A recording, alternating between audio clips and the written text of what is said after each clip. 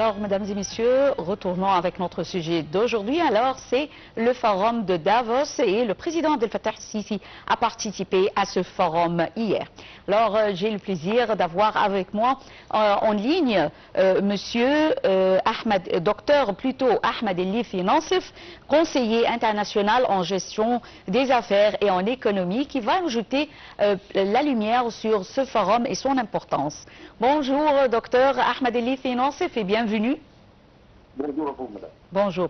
Alors, tout d'abord, que représente, selon vous, et sur le plan diplomatique et politique, la participation en personnel du président Abdel Fattah el-Sisi à ce forum?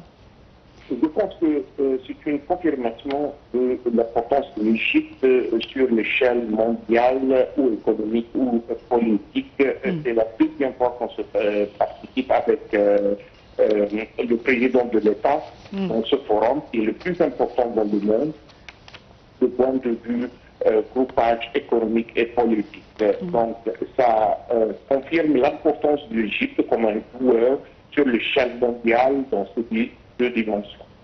Oui. Alors, vous voyez que le président El-Sisi donne, ou plutôt accorde une grande importance à ce forum qui s'est tenu en Suisse. Absolument. Oui. Le chef de l'État qui représente le pays, donc ça c'est l'importance de ce forum pour l'Égypte, ou politiquement ou économiquement. Oui.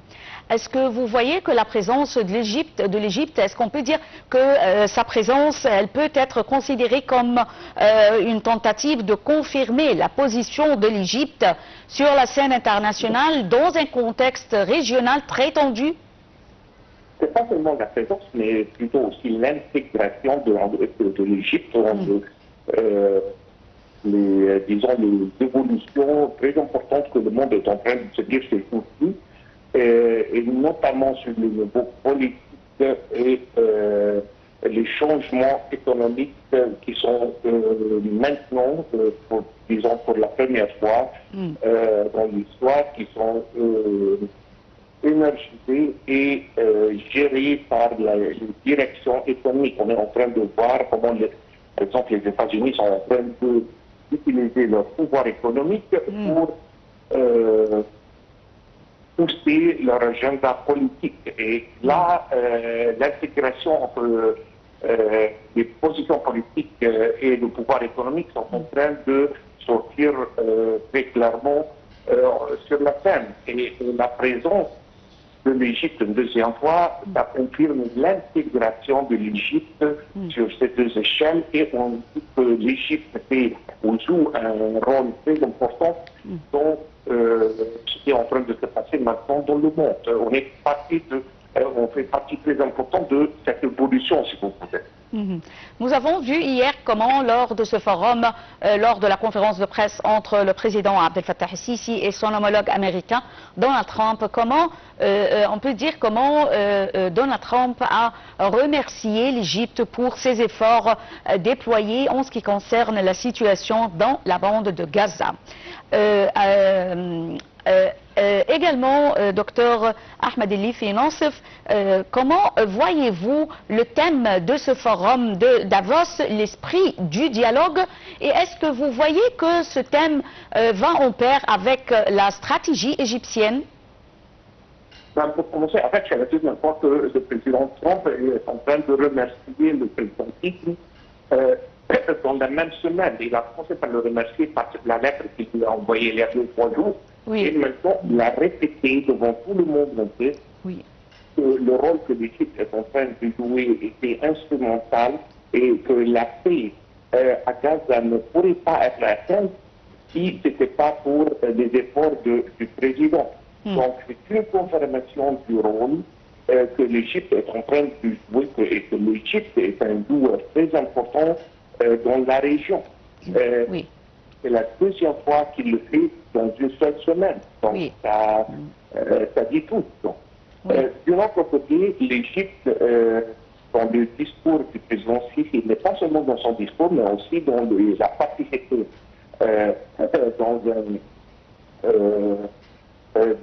table ronde, et dans les deux, il a souligné et il a signalé les dimensions de la stratégie égyptienne économique et la vision de l'Égypte qui est exactement alignée par celui du forum et celui de la stratégie mondiale économiquement parlée.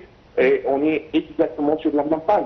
Oui. Donc c'est une deuxième confirmation et ça démontre quelque chose qui est très intéressant parce que si on est en train d'observer ce qui est en train de se passer aujourd'hui entre les États-Unis et l'Europe et on voit que l'Égypte est dans une position beaucoup plus forte que celle de l'Europe. On voit le discours ou l'échange de ces paroles qui a pris place entre le président Trump et le président français Macron, qui n'était pas très joyeux, quoi. Et d'un autre côté, on voit comment le même président qui était agressif avec le président français, comment il a félicité le président Sisi avec le rôle que l'Égypte est en train de jouer sous son leadership. Et là, on voit que l'Égypte est en train d'avancer diplomatiquement parler, qui va aboutir des résultats économiques en doute, qui va apporter beaucoup du bien pour l'économie égyptienne. Donc, on est vraiment dans une position qui est très avancée, quoi. Même plus avancée que les pays qui sont traditionnellement des alliés avec les États-Unis, comme la France, ou aussi l'Angleterre. Donc, on est vraiment en train d'avancer sur l'échelle diplomatique. Oui, oui. Et je pense aussi, permettez-moi, surtout les niveaux, ou plutôt avec tous les dirigeants du monde entier, de toutes les parties. Alors, je tiens à vous remercier infiniment, Dr Ahmed Elif Nassif, conseiller international en gestion des affaires et en économie, d'avoir été avec nous en ligne. Je vous remercie infiniment. Et on enchaîne, mesdames et messieurs, toujours avec le forum de Davos, mais cette fois-ci avec l'Afrique qui était au cœur du débat de Davos. Alors, le point de départ pour soutenir la croissance de l'économie mondiale se trouve en effet sur le continent africain, riche de toutes sortes de ressources naturelles et humaines. Entre Davos et l'Afrique, c'est un intérêt tardif mais décisif. Voyons ensemble ce commentaire de Aya Sheikh.